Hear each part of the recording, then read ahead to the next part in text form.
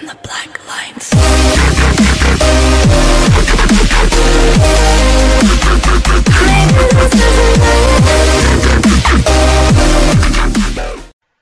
Здравейте! Днес реших да ви покажа как се работи с WordEdit, полезни команди, всичко, което ви трябва. Първо, тъй като самите блокове имат различно ID, може да си го научите отдолу в описание съм сложил линк, в който може да научите ID-то на всеки предмет. Сега искам да ви покажа как, например, може да работите с някои команди. Ето, например, искам да си направя терен, като сега ще ви покажа. Като това. Вижте. Това става за по-малко от 10 минути, приятели.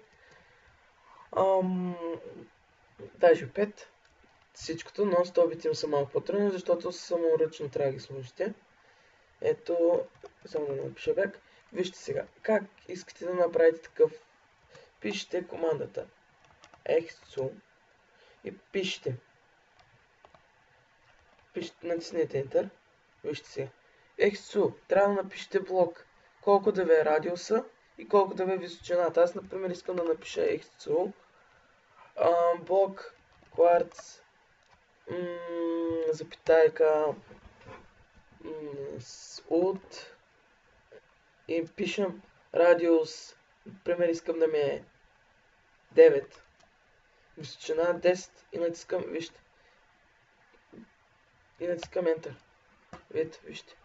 И центъра е ето тук, мисля. Чайте малко.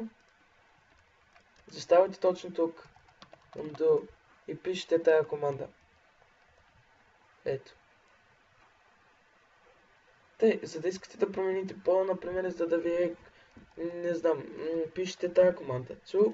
Пишете радиуса, който сложих 9 и пишете, например, искате да е кварц. Ето. Опа.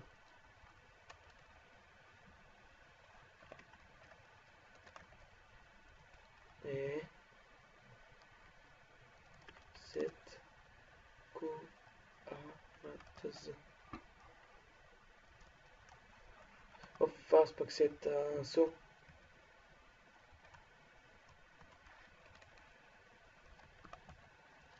Девет.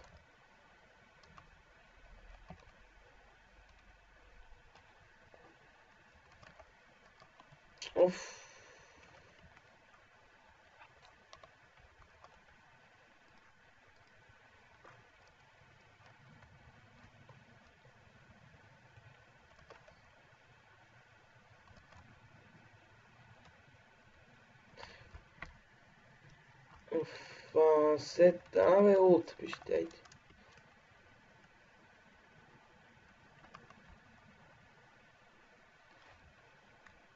Опа, пардон, трябва да пишете първо, Давай, ето, и ето ви го терена.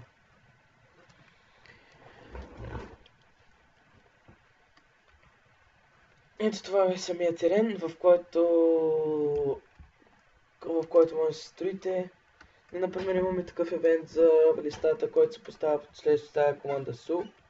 Пишем ID-то на листото и става. Така, например, как искате да това са команди за Pro. Ако не разбирате от WordEdit, първо сега ви показвам как трябва да маркирате от тук. И отивате тук. Вижте. 96, ако го виждате, ето го. Това показва колко блока сетвате. И сега искате, например, сет грас. Ето. Виждате. Ако искате на височина, трябва задължително е така да си го правите. Да, знам, така е. И пишете тук пак set grass. Ето. Или пишете ID-то, което може да научите. Има една тресачка, която пишете дадените и отдолу в описание ще видите. Други команди с Word Edit. Как да премахнете това нещо? Undo пишете. Ето Undo. Искате да ги премахнете. Undo. Ако махнете без да искате дадена селекция, опа, ето както аз сега махнах, олеле, и сега си го махнах. Сега пишем redo. Това е връщане на undo-то. Ето. Така, вижте сега с компас как може да преминавате през стени. През компас, за да искате да отидете на по-далечно място, натискате с ляв бутон на мишката. Ако искате да преминете с десен бутон.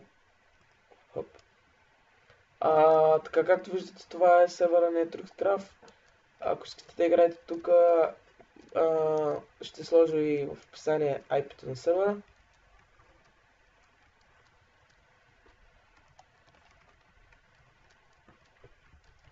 Друго.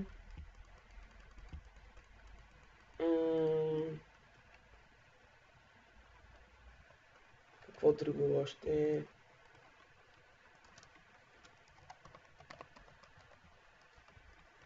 Винаги радиуса, ако именно предвид направили сте и трябва да направили сте самия терен и сте забрали радиуса, започвате от центъра.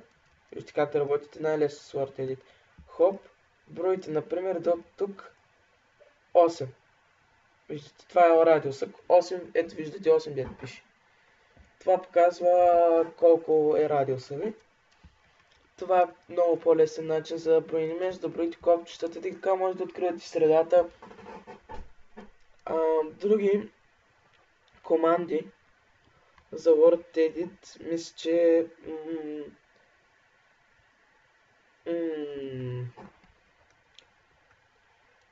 мисля, че ги казах всичките.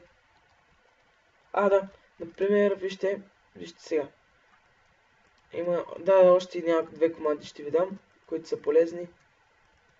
Ето вижте, това е Bedrock. И както знаете, Bedrock не може да се чупи, но вземате Diamond Kirk. И като напишете ето това с две черти, само две черти, ето вижте, може да ги чупите вече и да пада самия Bedrock. Виждате ли? Ето и сега взех Bedrock. Така, други команди, например, вижте, като поставяте, това е закопаване, като, ето, например, искате да сложите чест, в който да е пълен и го поставяте тук. Пълните го с различни предмети, които искате, например, когато да е за сет някакъв, за меч, ето, например, аз слагам тук. И с командата искате да сложите грас. Ето, натискате, маркирате от тук до тук. Ето. И пишете командата replace 0,1. Пишете grass.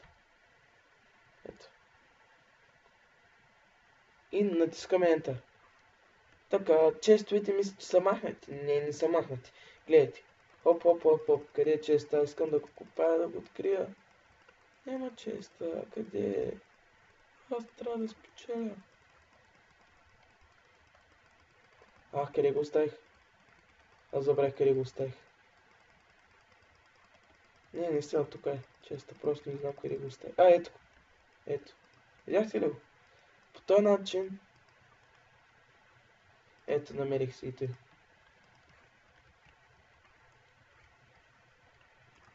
Ето по този начин може да поставяте неща върху други, така че и те да не изчезнат.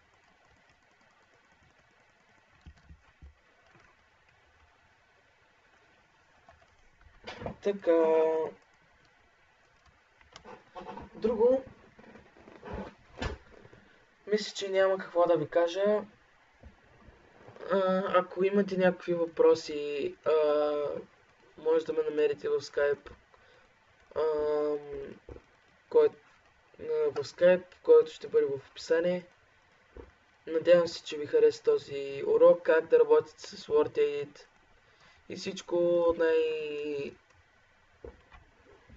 най-важно, което трябва да знаете. Ако имате наистина някакви въпроси, също съм добър и в конфига на WordEdit.